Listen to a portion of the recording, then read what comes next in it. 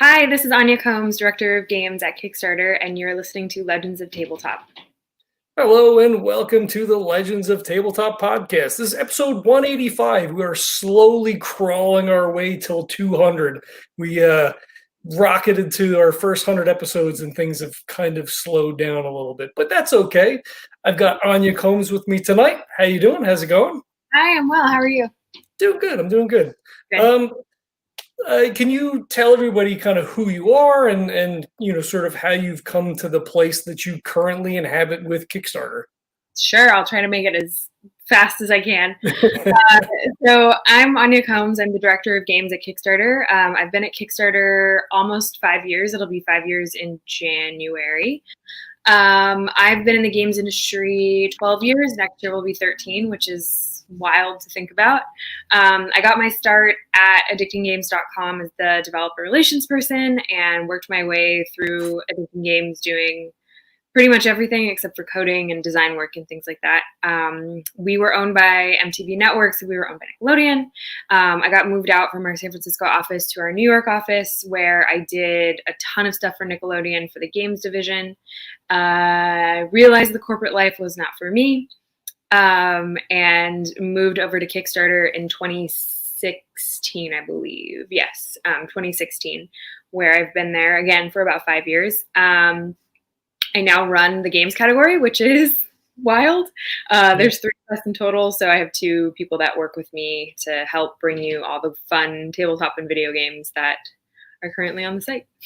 And cool. You can see all my tabletop games here. Nice.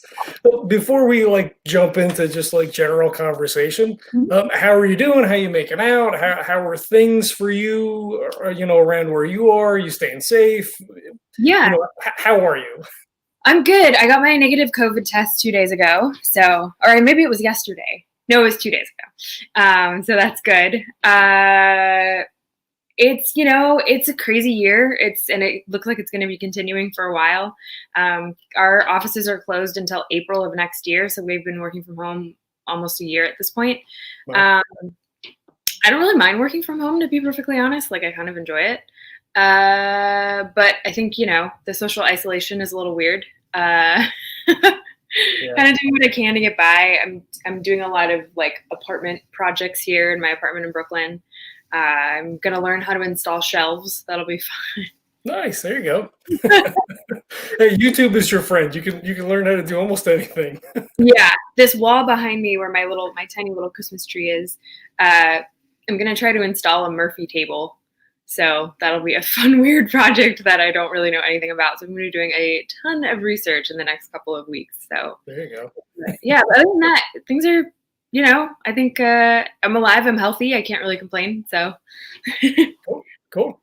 So I assume that this year's had a big impact on you being in New York, and that you can't just sort of, go out and do stuff. I mean, obviously we're all sort of, distancing from friends and family and all that, but I'm still I go to work. So I get out of the house. So I can't imagine what it's like to not be able to leave, right? It puts things in a different perspective that sometimes it's oh yes. When people were talking about getting haircuts, I was like, I shave my head. So I'm like, oh yeah, shit.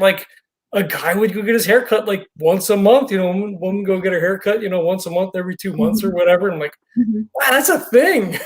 Oh yeah.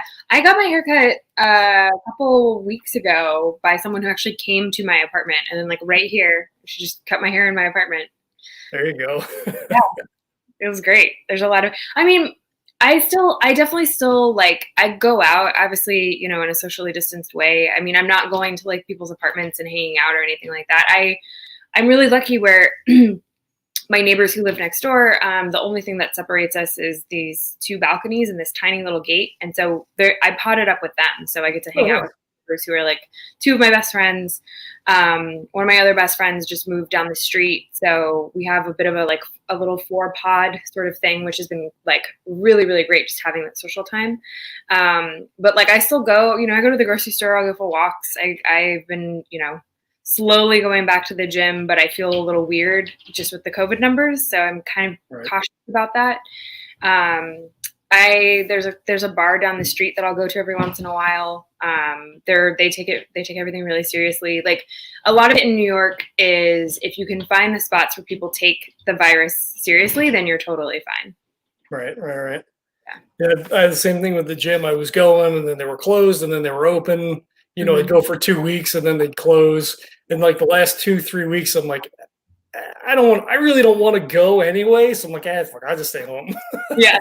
I mean, there's so many like home workouts that you can do anyway. It's like, and that's the other thing that's been really interesting is it's just like, I think people are realizing that like you don't really need a gym.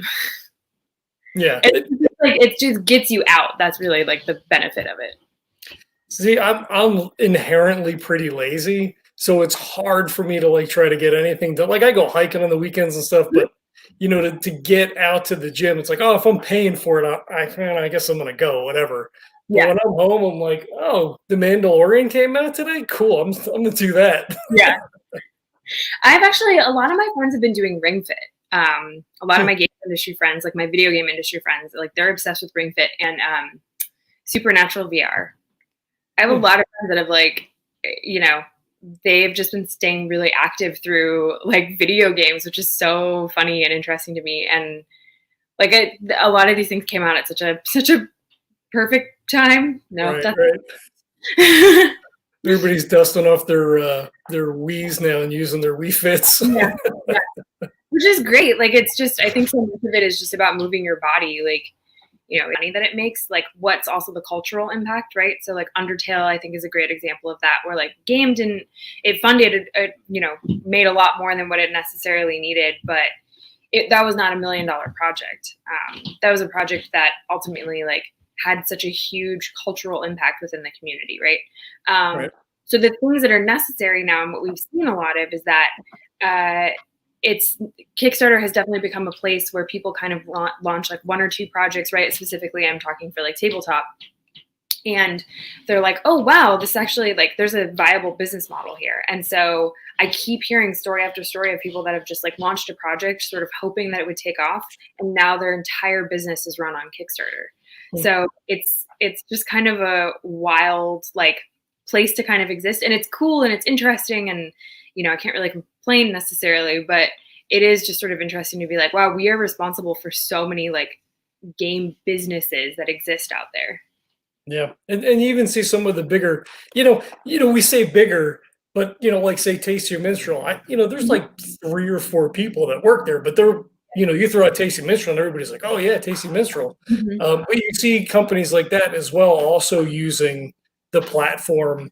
And I think it's sort of unfair to say like as a pre-order system, right. But again, especially, because it's a business, but it's a small business. It allows them to function in a way that, they couldn't necessarily just print 10,000 games and then hope that they're going to sell them. Right.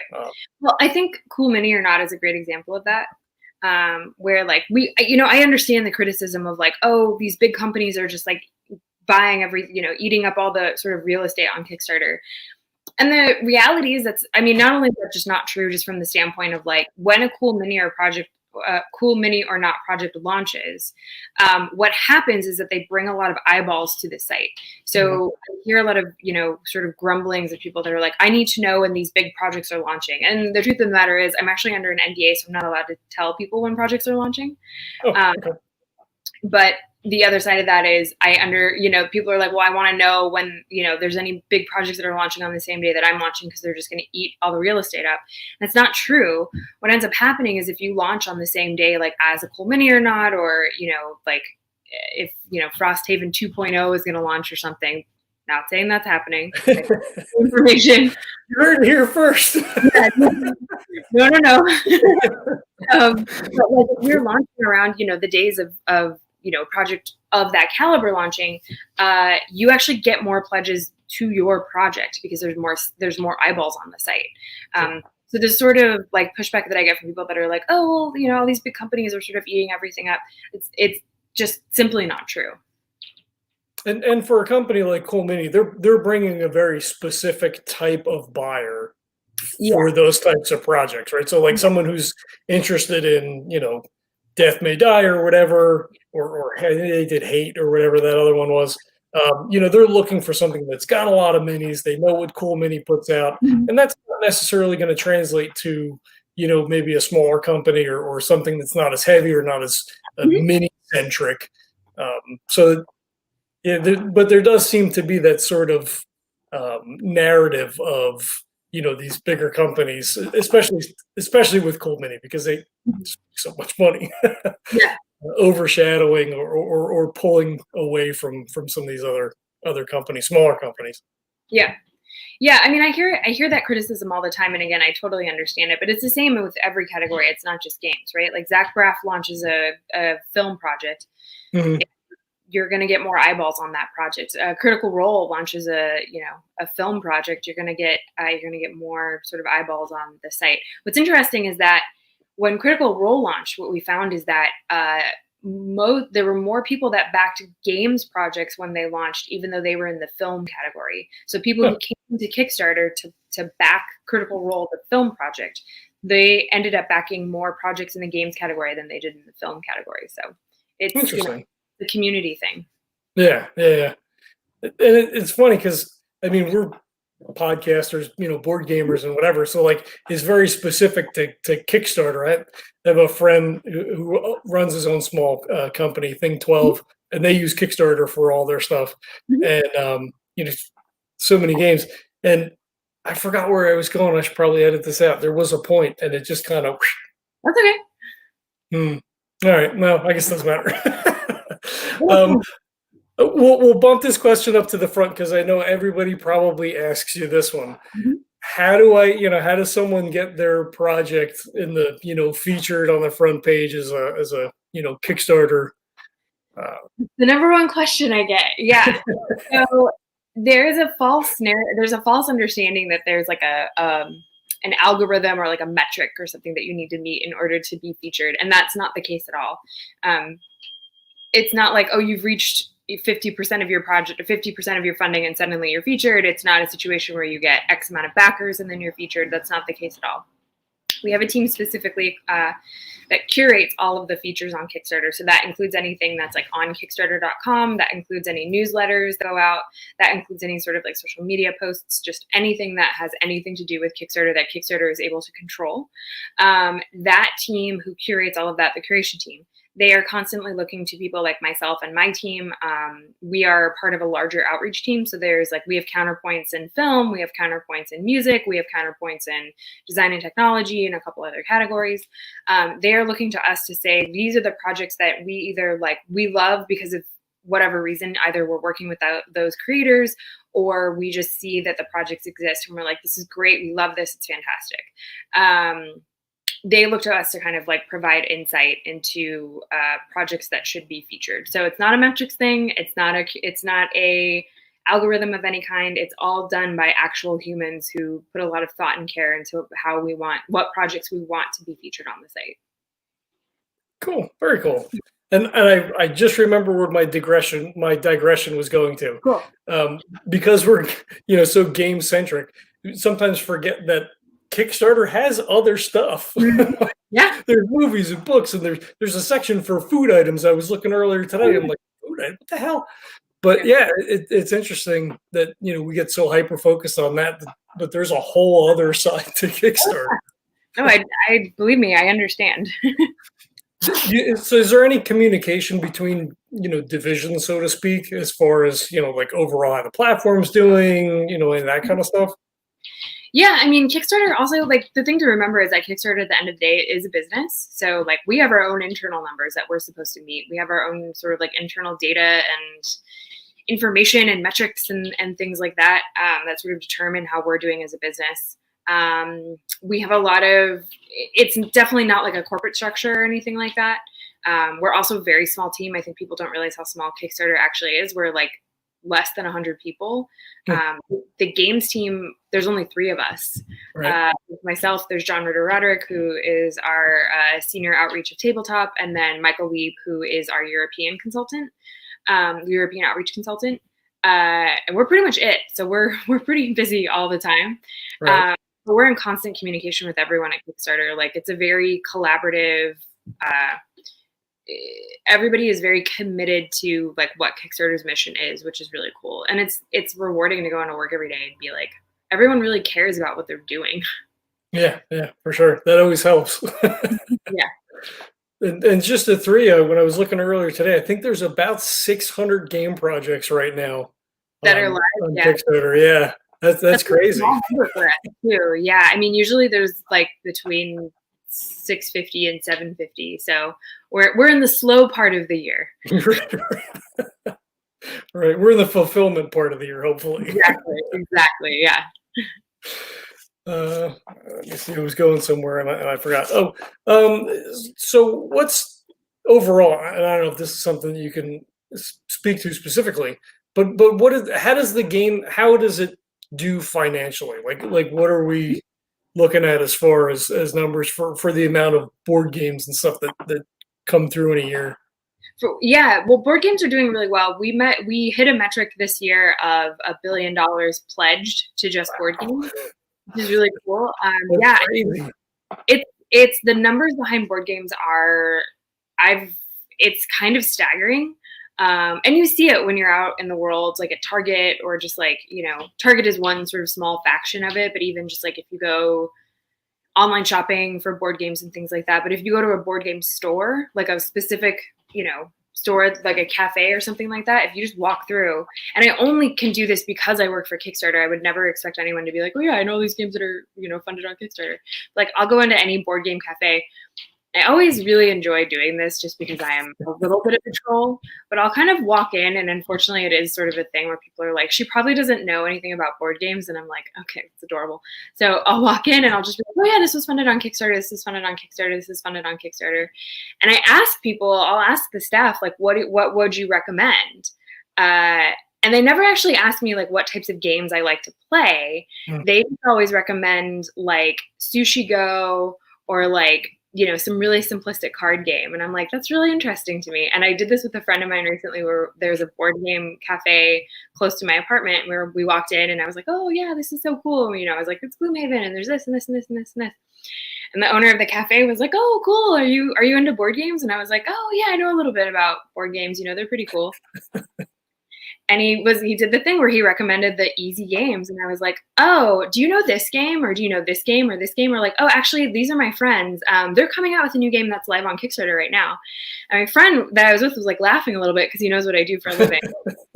And the owner was like, oh, they have a new game on Kickstarter? I was like, yeah. He was like, how did you know that? And I was like, oh, I'm actually the director of games at Kickstarter. If you want recommendations for your store, I'm happy to give them to you. That's awesome. Do you but I also am just like, you don't get to play this game with me, sir. Now, do you come across that a lot in not only in your position at Kickstarter, but just as as a woman out in the world who's into board games and stuff? Because I know it is an issue, and hopefully we're seeing that that's getting better, but I can't speak that that's the case, because clearly that's not an issue that I have to deal with when I go somewhere. I mean, I think I'm in a little bit of a advantaged place just because I get to have that card. That as soon as I play that card, I'm going to be treated differently wherever I go, and I know that, having it in my back pocket. Right. If I didn't have that card, like let's just say I was just this massive fan of board games, I think it would be a little bit different. And I do feel like I have to kind of prove myself a little bit, because I've definitely had experiences where people find out what I do for a living and they're like, oh, you don't know this game, or you don't know this game, and I'm like, well, I don't know every game that exists. That's literally not my job. Like, I'm not an encyclopedia of board games. If I was like a journalist or like a historian of some kind, I guess I could kind of understand a little bit of that mindset. But I generally, as soon as I play the Kickstarter card, generally people are a little bit more willing to kind of be nicer. But I'm always really apprehensive to play games with people too, quite honestly, because I think people think that all I do all day is play games. And the reality is, like, if you work in the games industry, you don't play a lot of games. Yeah.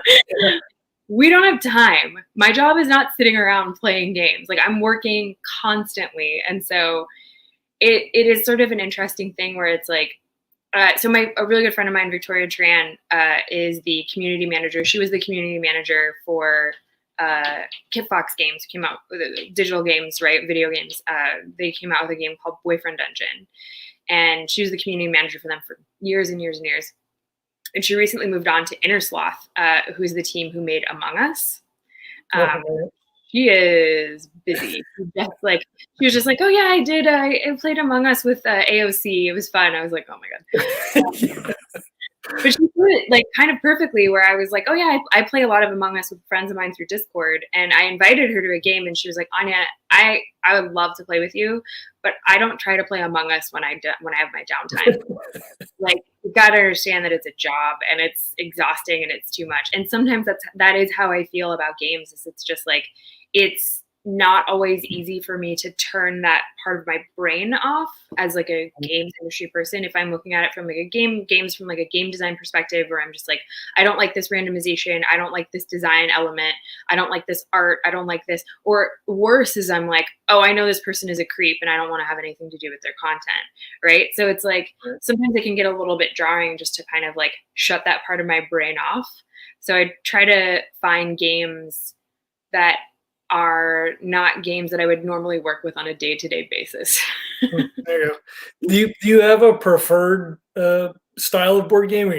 Euro stuff, or some of the minis? What's your typical?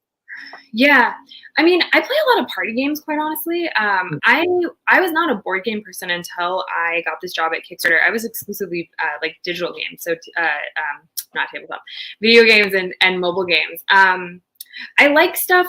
Like, I love deck builders. I love Dominion. A friend of mine loves to play Pandemic Rise of Cthulhu. Love that game. That is a super fun game. I played a lot of D&D for years. I definitely like role-playing games. I love stuff like social deduction games, Werewolf and Secret Hitler and Inhuman Condition, stuff like that. But like just really simple party games sometimes they're easy, they're fun, and they're accessible. That's kind of my biggest thing, is like, I don't have a regular gaming group.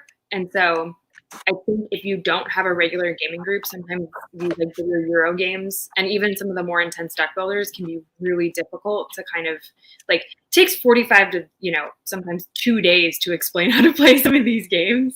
And so if you don't have a regular gaming group, it can get really sort of taxing on like, someone who's never played some of these games before. Absolutely. We typically don't do a lot of board like party games. Yeah. Once I moved cross coast, like that sort of went away. and even board game stuff, I do a lot of 2-player stuff just because it's easier to get another person than it is to maybe get 4 or 5 people together. Well, and now forget it. Yeah, it's just non-existent. Yeah. Yeah. It's wild. And also, like, I feel so out of the loop just not going to any of the cons. Like, I just, and I'm also like, I would be happy to spend a bunch of money on games right now, but I don't know when I'm going to be able to play games with people. Right. It's not that simple right now. I agree, but I just bought like 6 or 7 games. So, I get it. This is also why I've spent a lot of money on my Switch games. So it's like, yeah. Do you do a lot of conventions then? Are you out and about for Kickstarter? Do you go on your own? You said you were not as much of a board gamer beginning to start. Yeah, I mean, I think if I were to go to a PAX just like as me, Anya Combs, the individual, it wouldn't matter because I do so many conventions, and Kickstarter always has some sort of like big integration of some kind that like fortunately or unfortunately, I guess it depends on how you look at it. All the creators know who I am, or most of the creators know who I am. And so it's like, I could go by myself, but it's just going to turn into Kickstarter talk, right? Like the closest thing that I could go to where I would probably get away from that is something like Comic-Con, because that's not really my world. But if it's a games convention, I no matter what I do, I'm going to have to put that Kickstarter hat on, which is fine. It's totally cool. I don't mind that at all. But yeah, I was doing probably 1 to 2 conventions a month before Oh, wow. all of this. Yeah, I was traveling all over the place. My JetBlue mileage was so high I didn't have to pay for the food back to California for Christmas one year. Nice. Yeah, I'm happy to get to 2 or 3 in a year. God. I mean, they're fun, and like it's just such a crazy life sometimes that I think about that I lead, just not doing it this year, where I was like, oh, I only went to 2 conventions this year. That's like nothing. I went to PAX South and PAX East, and that was it. I think that was it. Was there another one? There might have been one more, but again, they tend to blend together after a while. Yeah. But I think last year, I think I did like 17 or 18 conventions. Wow, that's crazy. Yeah, and they're all different. I was like, this year was going to be, I'm kind of, a little bit of me is a little glad that I like didn't do the crazy travel, because I would have been in Japan, Poland, Oh, wow. Croatia, Germany, maybe Australia. Like it gets, and then all over the US, Canada. It can be a lot. So I'm a little nervous when the world opens back up that I'm just going to basically be on a plane for like 2 years. Yeah. Well, you get to see cool stuff, though. That's cool. Oh yeah, it is a very cool life. It is a weird life, but it is a very cool life. Cool, very cool. Yeah. And circling back around to the Kickstarter numbers and stuff, what's generally speaking the success rate for in the board game section or tabletop, I guess video games as well? Yeah. So site-wide, the success rate is about 38%. That's all of Kickstarter, right? Mm-hmm. So that's all 15 categories. This year, the tabletop success rate was 70%. Wow. And the video game success rate, and all these numbers are higher. So typically video games is about 21%, and I believe tabletop it's between 50 and 60. I can't remember if it was 50 or 66. So between 50 and 60. But tabletop was 70%, and video games actually went up to 30%. So there was a 10% increase in video games. Yeah, tabletop was just launch a project, you're going to be fine. Yeah. Which is not what you would think, right? With people losing their jobs, we had so much unemployment, earlier in the year, and obviously that continues. That you'd see that. I would have expected to see maybe a little bit of a downturn this year. I know people are home, but a lot of people are not as well off. Well, I think it's 2 things that are happening. Because I said the same thing. I was like, oh, we're done. Like, I don't know how we're going to meet these like metrics that we've set forth for ourselves for this year. Like, nobody saw it. Well, I mean, I guess we did see it coming. It's just, whatever. That's a conversation for another day. But I think the 2 things to keep in mind are people who are employed and are still bringing in a decent sized paycheck. There's nothing to do. There's nothing to spend money on. And so that coupled with, we've essentially seen all the content that's out there, right? Like we've watched everything on Netflix, we've watched everything on Hulu. I've read all the books, I've done everything, I've played all the video games. The people are just starved for content, and they're starved for human interaction. And so once, it's like, oh, you can have 6 people, you can have 10 people, whatever it is, you want to have things to do.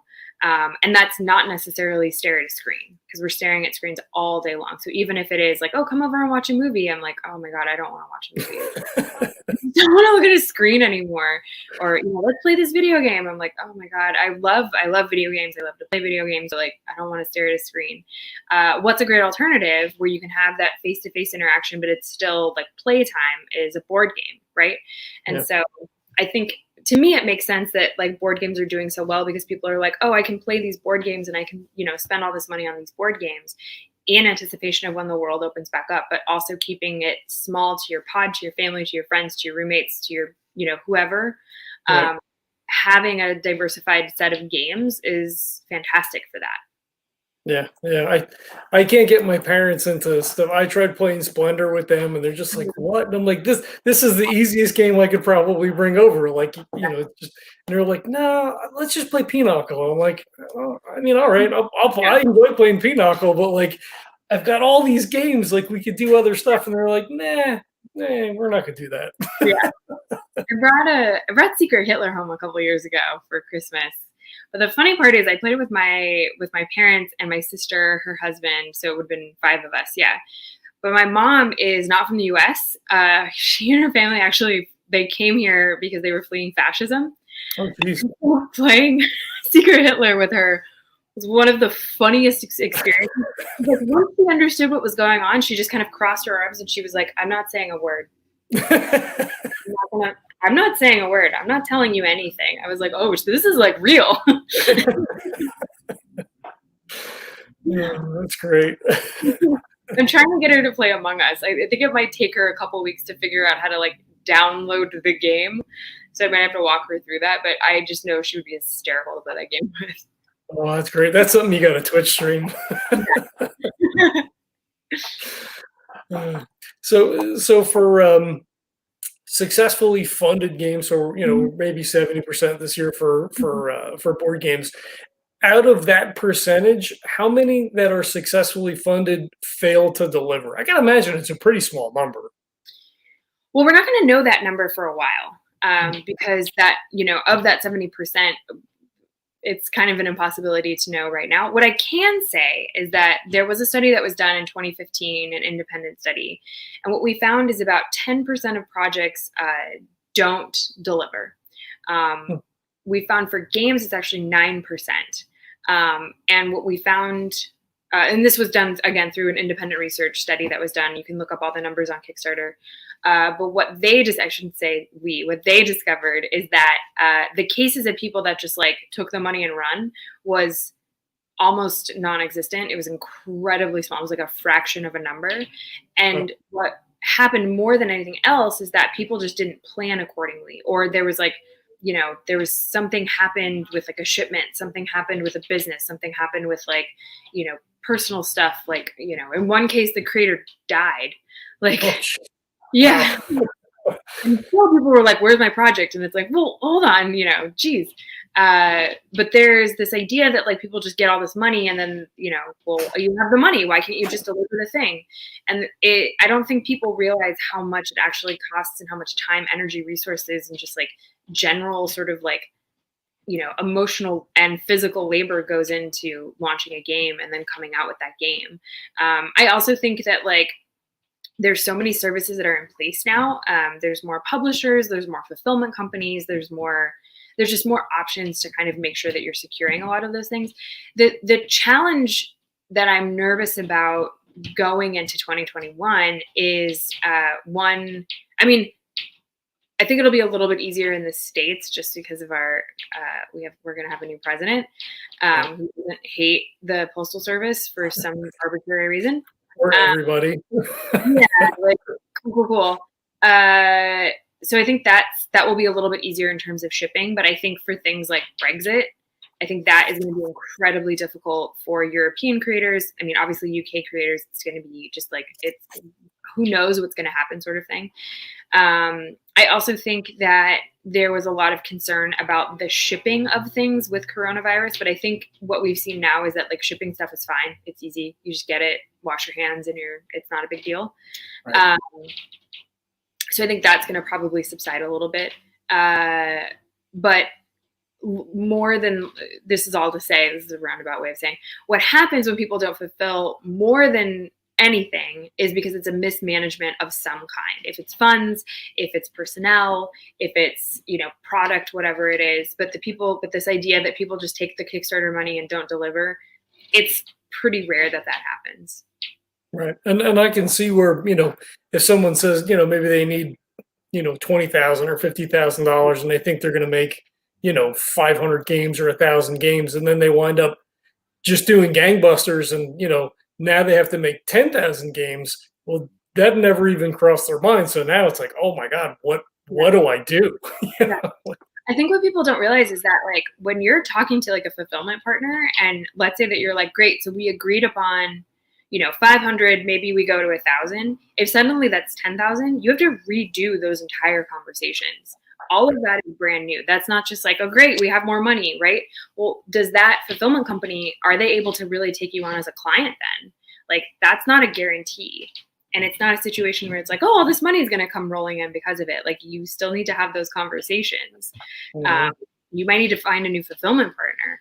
The worst that I've seen are people that are like, I'll just do it out of my home. And I'm like, oh God, like, don't do that. We did that. My band ran a Kickstarter and we did everything out of our apartments. And that was fine because it was small and easy. But like, I couldn't imagine if we had 10,000 orders to fill. Like that's, and the room for this, the stats behind that in terms of like room for error, things get lost in the mail, the wrong envelope gets, that's just human error and that happens too. Right. I just want to circle back to the big number of $1 billion, and there's bigger game companies that are in there, Cool Mini or not, and all that stuff. But I suspect that a large majority of that is small independent creators. Are there numbers that confirm that, or is that just wild speculation on my part? I think it's a good combination. I would say that like smaller creators in tabletop mean something different than in video games. The averages are a little bit different in tabletop, but like it's definitely, most of it is like small to mid-tier creators versus the sort of big creators. But it's, tabletop's also a place where it's like, it's not uncommon to make $1 million. That's not an unreasonable number, $500,000 in tabletop. Video games, it's a lot more difficult, but in tabletop, someone's like, yeah, I made $500,000 for my card game. It's like, yeah, sounds right. Like, yeah. We see Dwarven Forge, at millions of dollars for every Kickstarter, and John Wick's 7C was, yeah. He was what, like 1.2 or 2.1 or whatever it was. I mean, just people have a need just for that, and it's not even about the game per se. I mean, I guess part of it is, right, like you want the cool Dwarven Forge stuff, but the Dwarven Forge stuff gets you to the table where you get to hang out with your friends, like, and that's really the end goal in your whole category that you're working in. It's just to bring people together to have fun and just to be able to relax and just get together. Like, it's just such a well, the paraphernalia, like sort of subcategory. So like things that are like dice bags. This doesn't necessarily fit, but I'm just to mention it, wormwood tables, right? Like that's not really paraphernalia, but like, they made $8 million for tables. They made tables and they made $8 million, which is wild to me. Although I want one of those tables. They're very nice. They're very cool. I don't know where I would put it in my tiny New York City apartment, but like I'd figure it out. But that actually brings in a lot of money. Like minis in particular, not just from Dwarven Forge, but just in general, like mini projects bring in a significant amount of money, which is so kind of interesting to think about. But then again, dice bags, dice towers, dice, tarot cards, playing cards, things that aren't necessarily a traditional game. They bring in a good, I wouldn't be able to put numbers behind that, but we do know that they bring in a lot of money, which is really cool. That's cool. Well, you can never have enough dice. You can never have enough cards. Exactly. Never enough. Never enough books. Yeah. Oh yeah, like the books, the codexes, all that. Like, oh my gosh, yeah. It's a lot. Yeah. That's cool. Let's see. I got questions here. Ask you about your experiences. Okay, I'm going to edit all this part out. So as far as like people coming to Kickstarter, what advice do you give to first-time creators? I know, you need to build your community and things like that, but I'll let you jump into all that and sort of like, what are some of the nuts and bolts? Because there is a formula to Kickstarter. Kind of, yeah. I mean, there's like best practices, I guess I would say. So a lot of the other categories, so I know like our design and technology team, they like to send like a one sheet, which is just like, here's what you need to do. We kind of have never really subscribed to that. Not because it's bad or anything like that. It's the needs of the category and the needs of the creators. We're very lucky in the games category because games is so synonymous with Kickstarter and synonymous with crowdfunding. So our community is very aware of what's going on. People all talk to each other. They're very, very aware of what's happening. So it's difficult for us to send a one sheet because each project is so unique and different, and we want to give that time and that space to have every creator to ask whatever they want. That's totally okay. So the sort of generalized tips and tricks that I could give. So one, keep your project 30 to 35 days in length. Anything over 35 is too much. Anything less than 30 is too little. The only sort of caveat with that is if there's a specific prompt. If we're running a prompt that you want to be a part of, and let's say the prompt is only for like 7 days, that's fine. But if it's not part of a prompt, or you have some like, I don't know, weird meta game that you're playing, keep it to 30 to 35 days. That's ideal. Two, your launch day is incredibly important.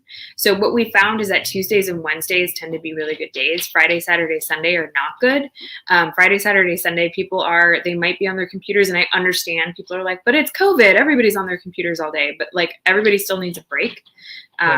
People are just really aren't pledging on those days. Friday or Tuesday and Wednesday tend to be like really good launch days. And then the time of year is also important when it comes to launch days. So we found that like middle of January to the beginning of May is a good time. That's typically when like conference season starts. And mid-August to the beginning of October is like sort of the second best time. Summer is fine. It's not a bad time by any means. I would just keep in mind that summer tends to be, especially in Europe, like vacation season. So people are probably going to miss stuff just because they're on vacation. Right. And then also just anything past, like if your project ideally would end at the end of October, first 2 weeks of November at the absolute latest.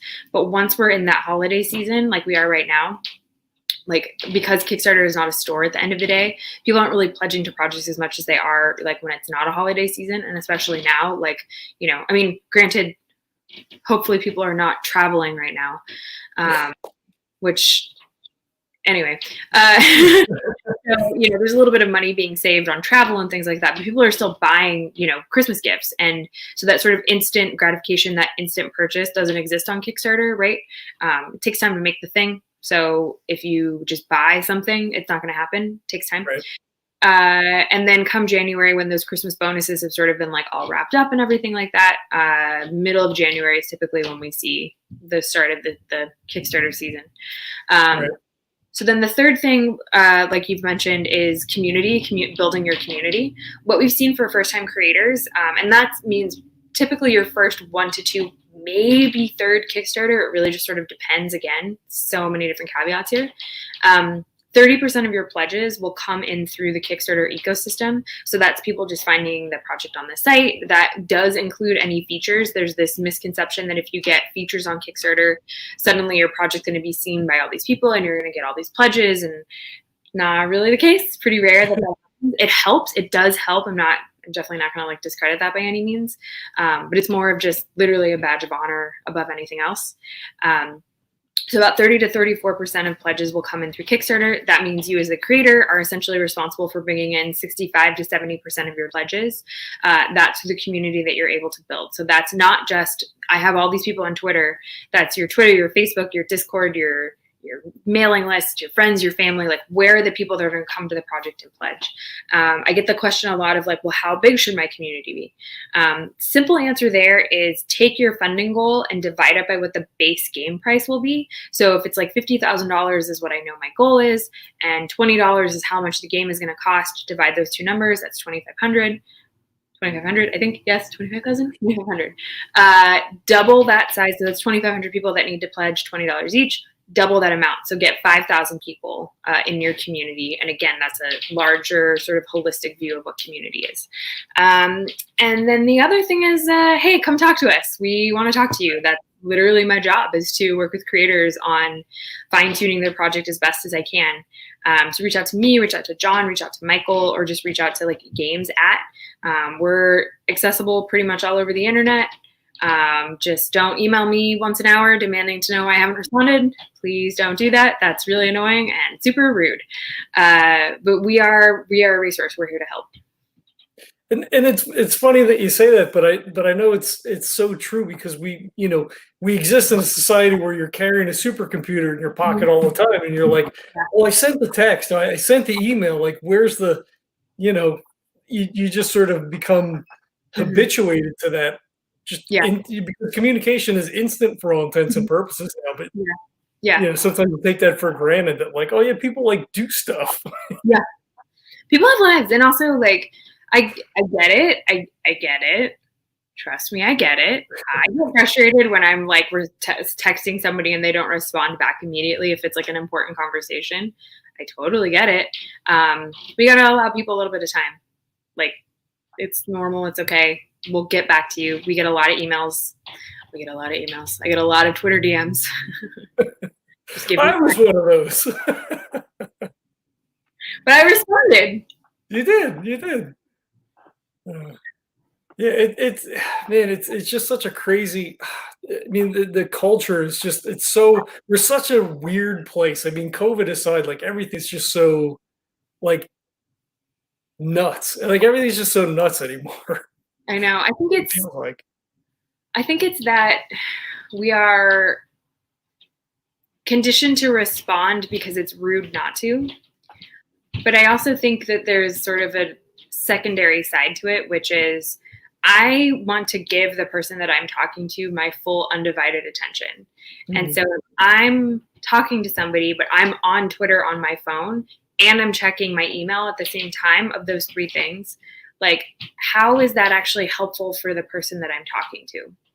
So I try to encourage people to look at it from the perspective of like, the reason that I'm not immediately responding to you, or the reason that it's taken me a little bit of time, is because I'm trying to make sure that you get the attention that you deserve as the recipient of whatever the message is, right? Like, I don't want to half-ass a message to somebody, especially in like a professional work setting, because I understand how important this is. Like, it's not just a game, right? Like, because that's like what I hear sometimes is like, but it's just a game. Like, what's the issue?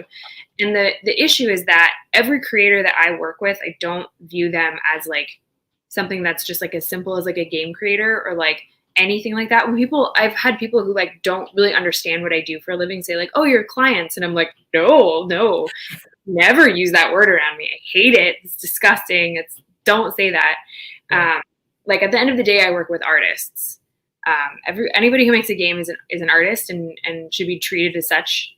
And I think that I'm an artist myself too, so I get the anxieties that are around it. I get the fear. I get the highs and the lows and everything that's sort of surrounded with being an artist and being a creative person.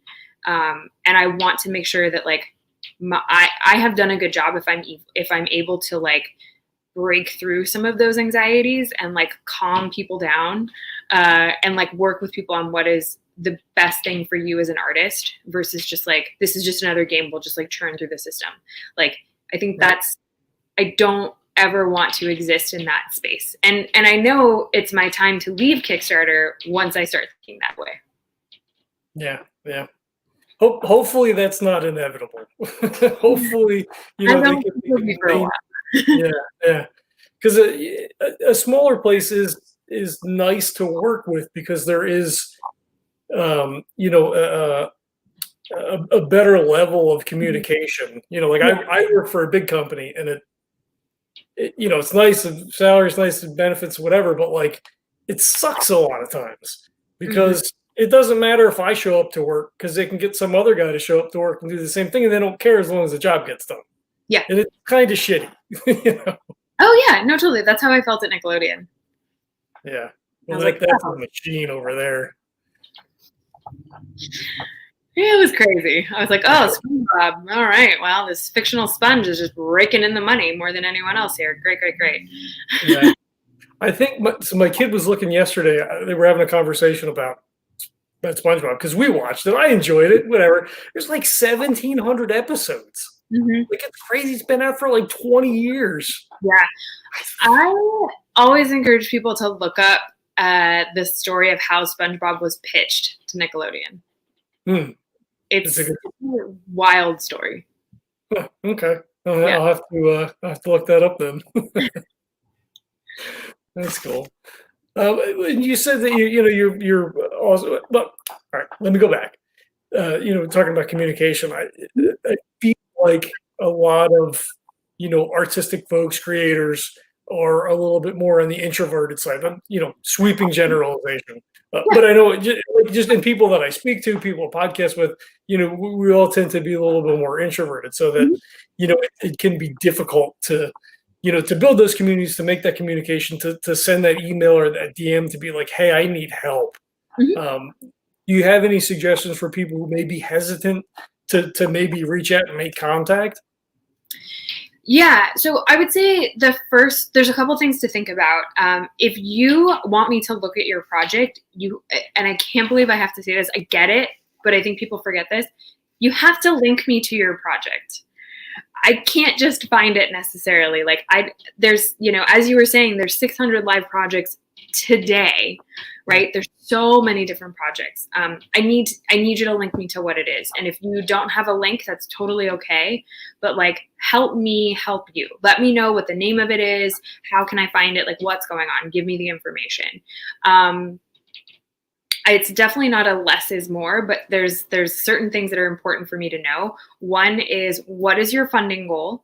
When do you want to launch? And how big is your community? Those are the three things I'm going to ask every single person that I speak with, especially if they're like brand new and, they're either new to the platform or they're new to me or something like that. Those are the three things that I'm always going to ask, because that's sort of a big one. Also, like, I need to know exactly what it is that you're looking for. So I'll just have people they'll say like, hey, I heard you on, whatever. And they'll link me to their project, but then I won't get a sense of like, what is it that you want from me? Like, if you want feedback, that's totally fine. Just say like, hey, I was just looking for a little bit of feedback, but like, I need to know exactly what it is. Or I have to kind of like lower prioritize it because you haven't given me a direct call to action. Right. Think about it in the sense of like, my job here is to help you. And so give me the clear communication of what it is and I can help you. If I have to pull it out of you, it just becomes sort of it's a painful process for both of us. I also hate when I get Twitter DMs that just say, hey, cool. Like, what? I can't do anything with this. And I'm going to delete it, unfortunately. Like, unless I don't know what this is. If you're just looking for somebody to talk to, it's not me. That's what therapy is for. So, but especially as a female too, like, you get unsolicited messages that, like what is that then? Like, then it leads to like a whole other like check down list, I would imagine, of like what's happening. I would also say that the one that just personally irks me is when people try to, like, I understand people want to be polite and kind, but like, please don't use the winky emoji in your messages. It gets real creepy and it's weird and it's like, just don't do it. If it's like we know each other and there's a rapport, it's totally fine. But if I don't know you, just maybe don't emoji at all, just to begin with. I would say that's definitely one to think about. And it's totally okay if it happens. Like, I'm never going to put anybody on blast and be like, I can't believe this happened. It's just like, hey, just be a little bit more mindful. That's it. Someone else might take this the wrong way. So I'm thinking about, you want to be a part of the community. You want to be a prolific game designer. You want to be taken seriously. You have to kind of present that outward appearance too, even if it is a digital sort of like format and digital communication. Right. And unfortunately, we still see that. There's a person currently on Twitter who's been on Twitter, I guess, for a while, and you can't mention the name because then it brings all the trolls or whatever.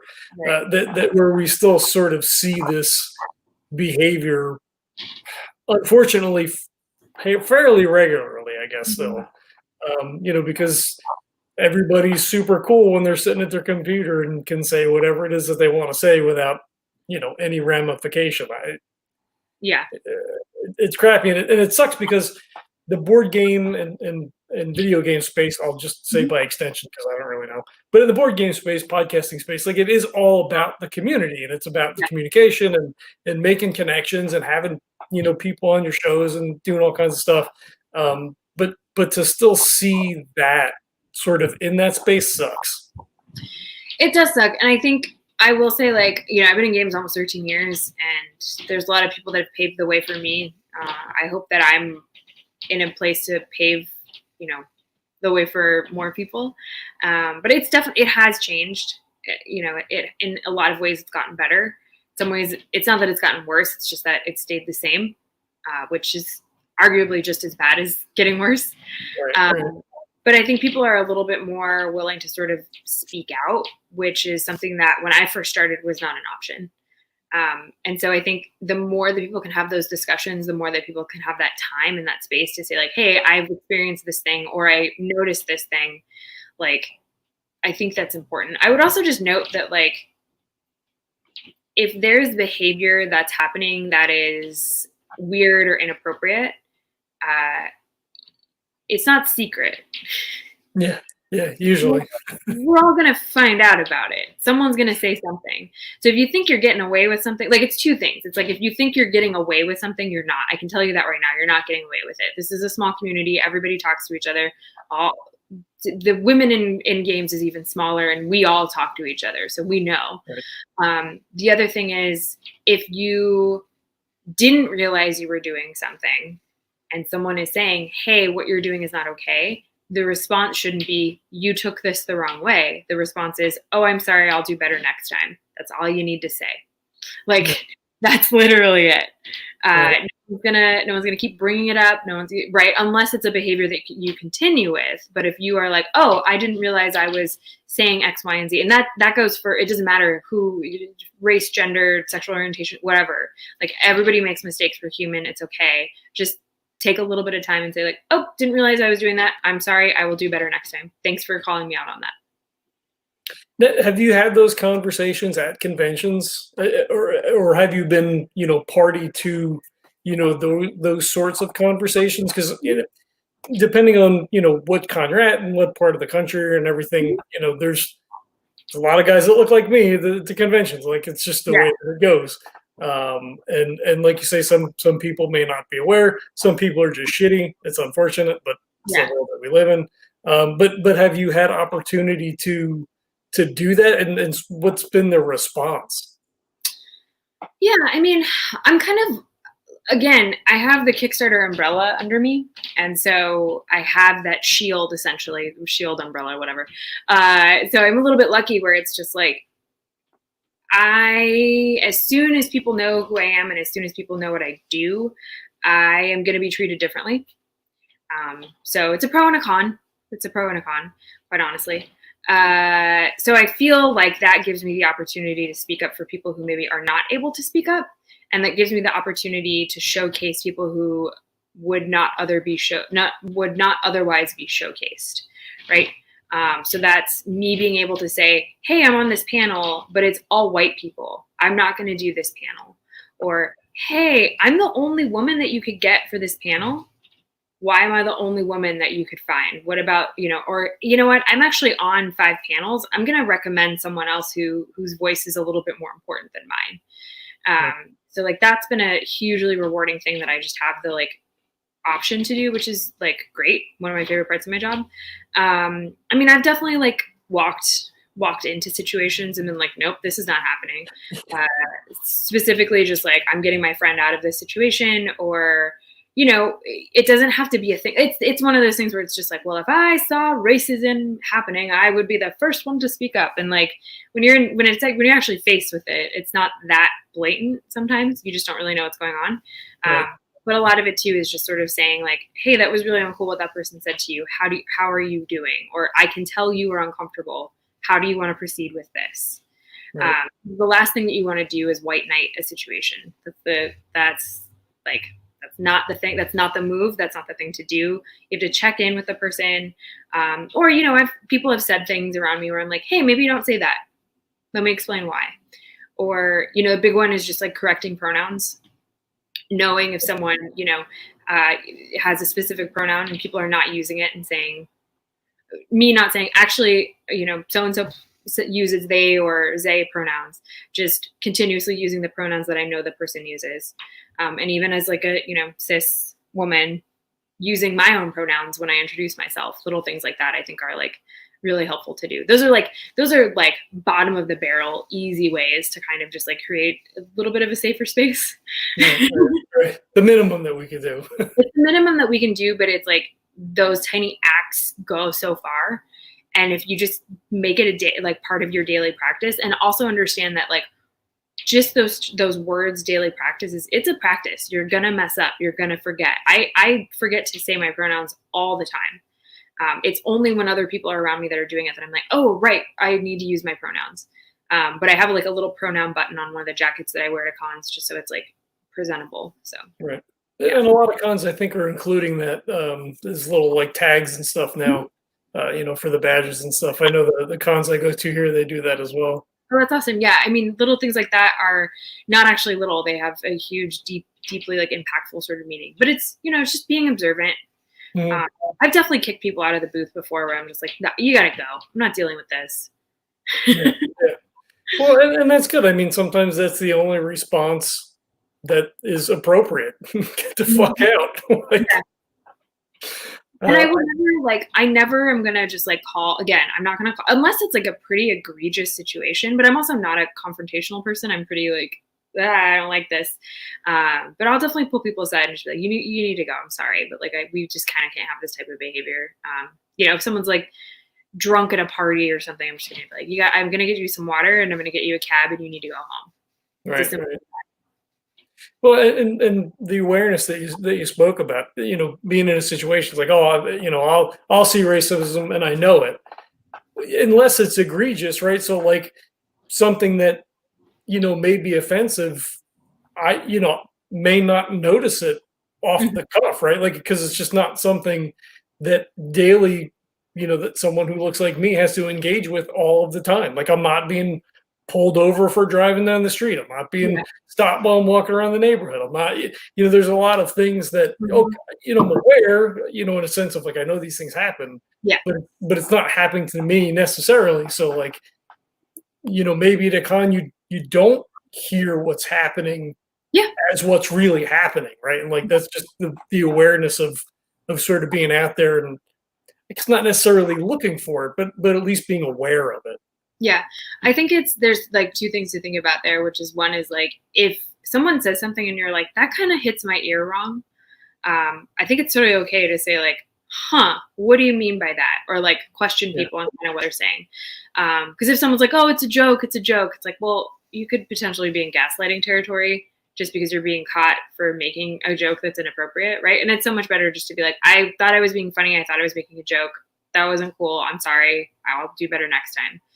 Right. Great. That's literally all that needs to happen. And I think the second thing is like, I think it's important to listen to marginalized people in the community when they tell stories, right? So, and the most important, like, I feel like the most powerful words that people can hear who are marginalized, I'm a biracial woman, is I believe you. Like, I believe this happened. Because I've had so many times something has happened and I've had, I've gone to people who I thought were allies and they try to invalidate my experience by saying like, oh, you just took that the wrong way.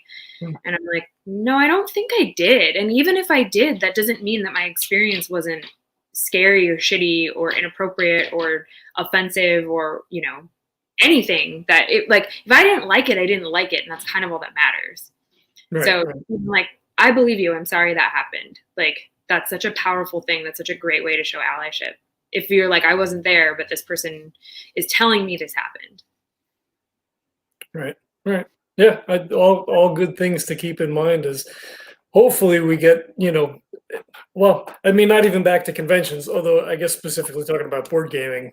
Yeah. Conventions. But, even when you're out in your daily life, right? Like it's not a thing that like, oh, well, I only need to worry about this when I go and play games because I want to make sure that everybody's included. It's like when you're at the store, when you're at work or, you're at a picnic with a bunch of neighbors and, somebody says something or does something that's not not cool.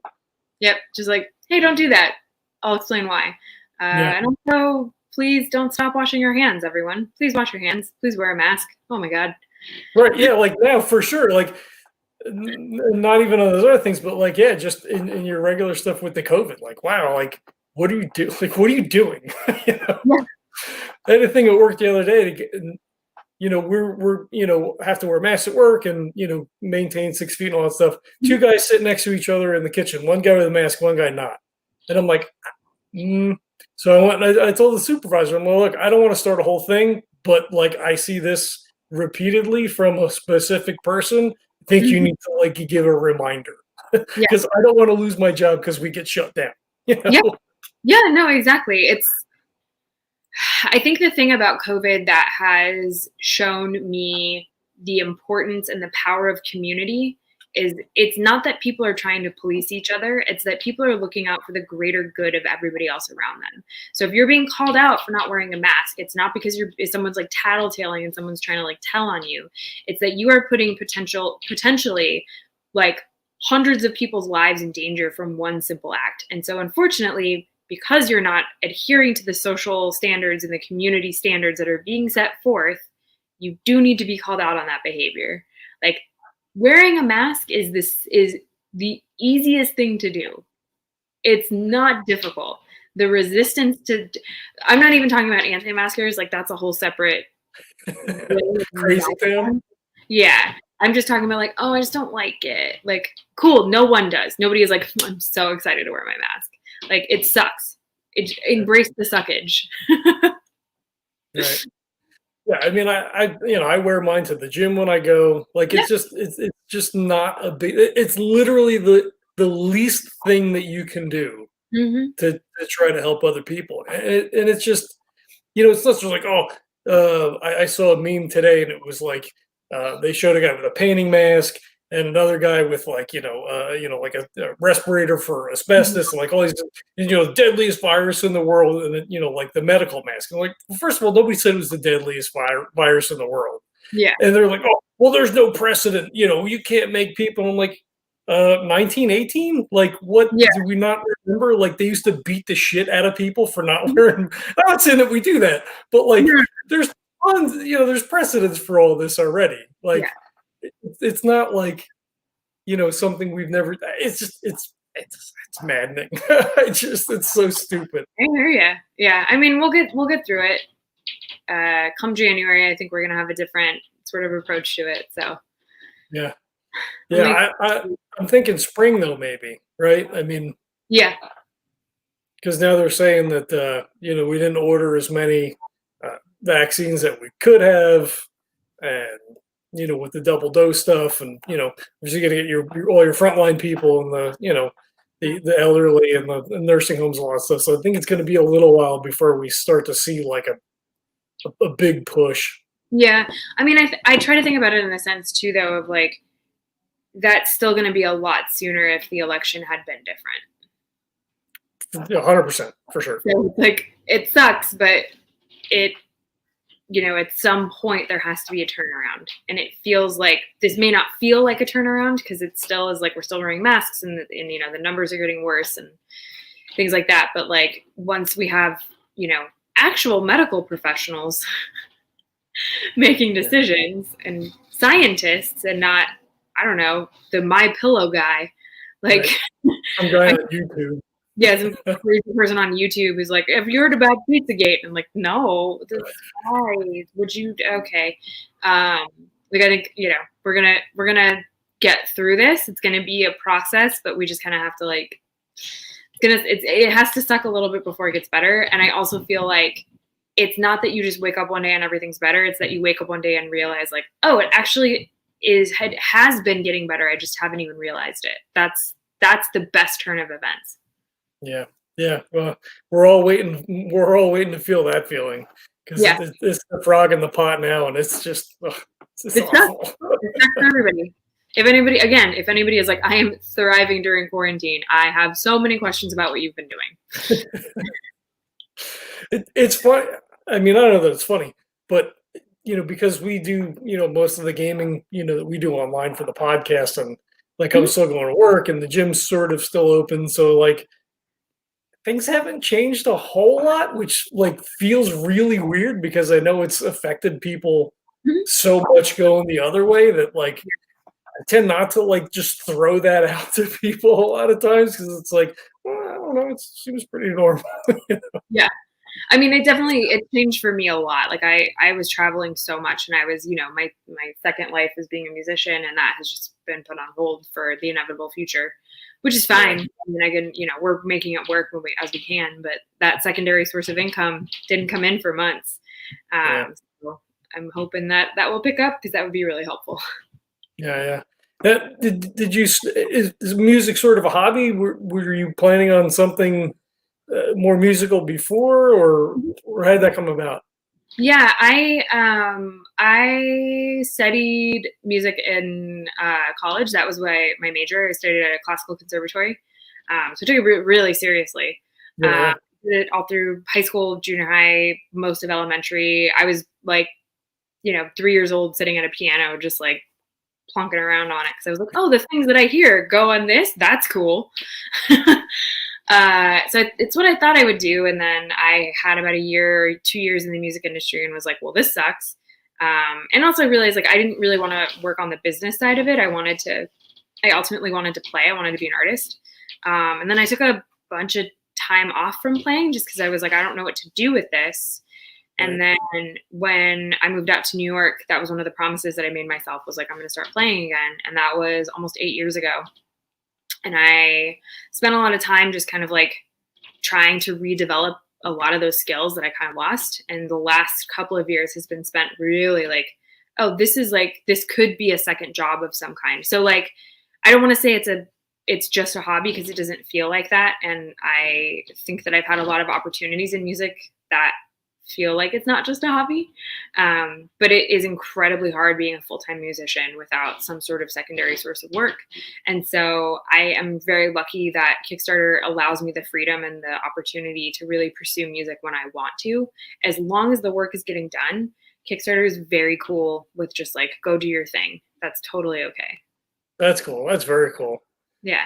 And you're in like 3 bands, right? I mean, Too many. Too many. It's always something. It's always a band. There's always a gig. There's always a thing.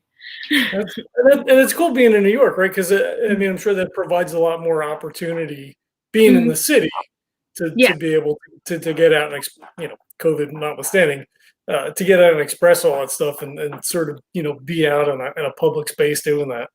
Yeah, I mean, a lot of what I've been doing is just a lot of busking. So just going out and like playing in the streets, playing for bars and things like that. Obviously, maintaining a 6 foot difference. Like there's rules and regulations that we adhere to as musicians too. Like we have our bells covered. If you're not playing, wear your mask. Like it's all very safe.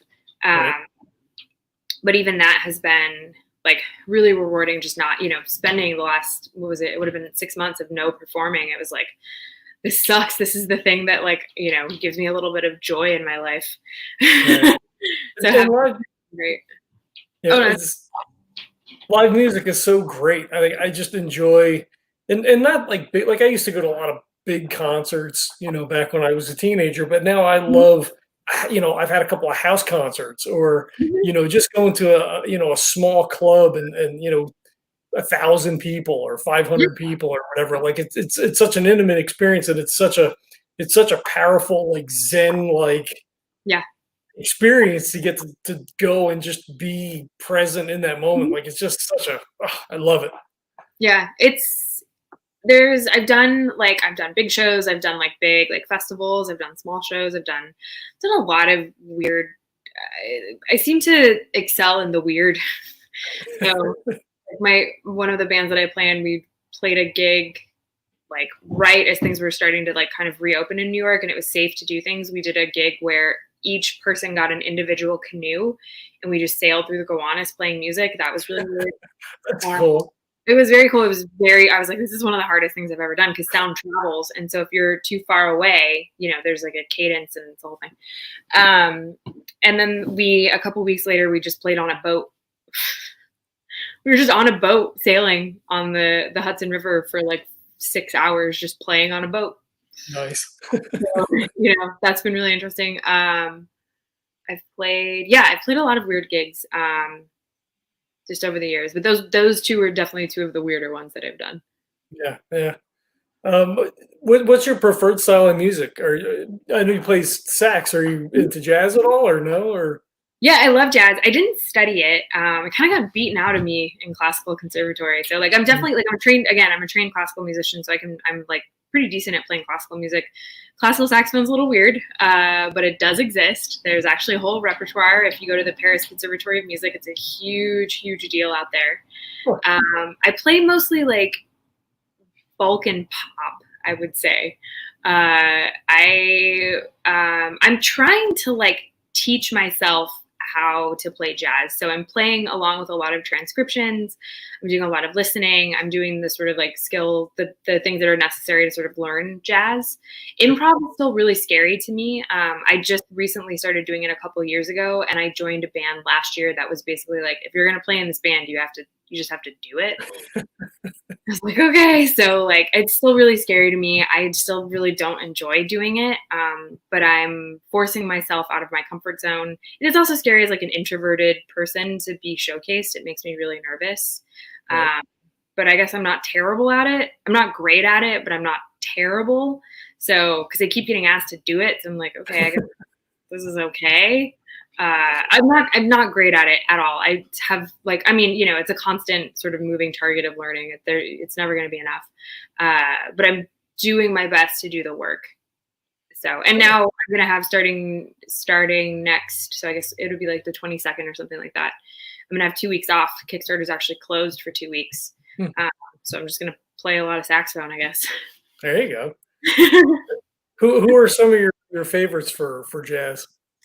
Jerry Mulligan is definitely my favorite. Art Pepper, Coleman Hawkins.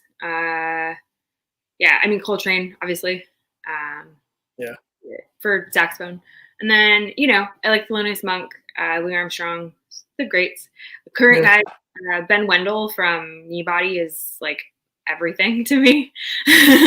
Kneebody is incredible. I love them a lot. Robert Glasper does a lot of really cool things. He's kind of a controversial figure in the jazz world, but like I like him a lot. And then there's a lot of just like fun brass bands in New York City that I really love listening to. And we're a small community. We all know each other. And it's so funny, like in our little brass world, when people kind of know who I am, they don't necessarily know me as a sax player. They know me as the person from Kickstarter. Right. But what's funny in the Kickstarter world is people are like, Kickstarter's cool. What's interesting is that you play the saxophone. And I'm like, so crazy to me. Like, it's like she's like a decent sax player, but she's like a weird gamer nerd person who's like really a big deal in the games world, I guess. And in the games world, it's like, oh yeah, she's she's like our person, she's like our games person, but like she's like this incredible sax player. I'm like, this is so like, what is happening right now? Well, as like sort of as a gamer, right? They expect you just to sort of be a gamer, like, and that's the thing that you do without any other outside. Like being someone who is a board gamer, podcaster, or whatever. I like sports, so like that puts me in a weird spot because people are like, "Oh, sports ball," and I'm like, "Okay, yeah, I mean, yeah, I guess," but Except that sports are sort of based on games.